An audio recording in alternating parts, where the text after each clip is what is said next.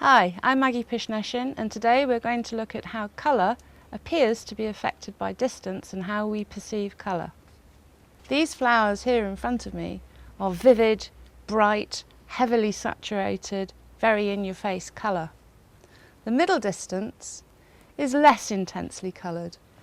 The far distance is very pale by contrast, and this is a rule that you will be able to exploit if you're trying to paint landscapes particularly. Things in the distance are always going to appear far more delicate and less intense, less vivid the further away they are. So we can deal with the furthest parts of this landscape subject in 3 stages. We're going to do the distance, the middle distance and the foreground. The foreground colours are very, very intense. The sky is quite delicate, very, very pale in comparison. So quite a dilute, runny liquid wash. And remember also with watercolour paint that it will always dry lighter than when you first apply it to the paper. And as that begins to settle into the paper, I'm going to be able to drop in very, very slightly darker tones just to indicate a little bit of the detail in that mountain.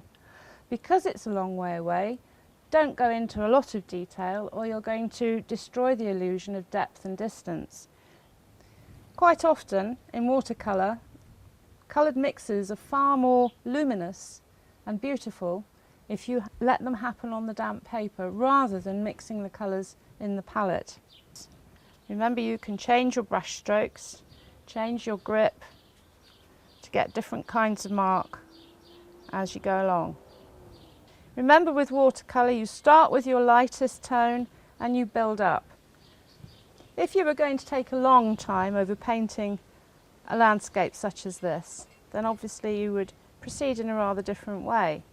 But this is a loose impressionistic sketch, and this is one way to learn quickly how watercolour works and to begin to know what to expect about how it behaves.